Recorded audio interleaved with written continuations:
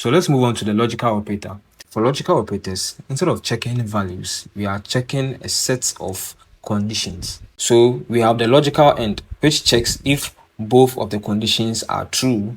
It also returns true. We have the logical or, which checks if at least one of the conditions is true, then it returns true. That for the last part, we have the logical not, which flips or inverts a condition check or a boolean from true to false, and also from false to true. So let's look at some of the examples. In this example, we have three variables. So we have age, which is 18. We have has tickets, which is set to true.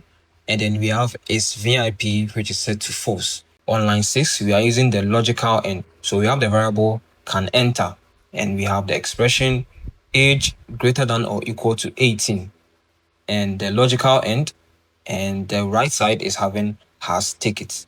On line 10, we are using the logical or.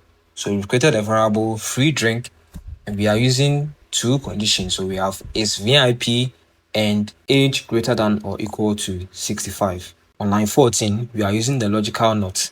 Here we have created a variable called denied. We are using the exclamation can enter. So here we are using the logical not on the can enter variable.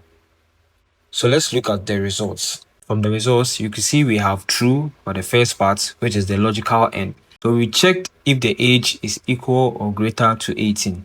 The age was set to 18, and we are using the logical end.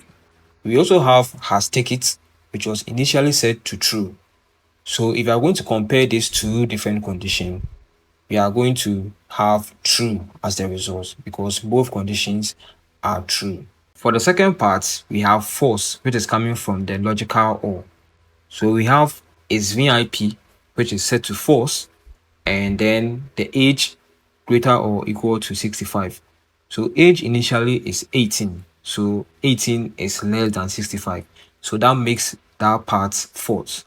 So we have true and then we have false. For the logical or, it's going to return false if both conditions are false. So that's why we have false. For the third part, we simply flipped the results of can enter, which was initially true.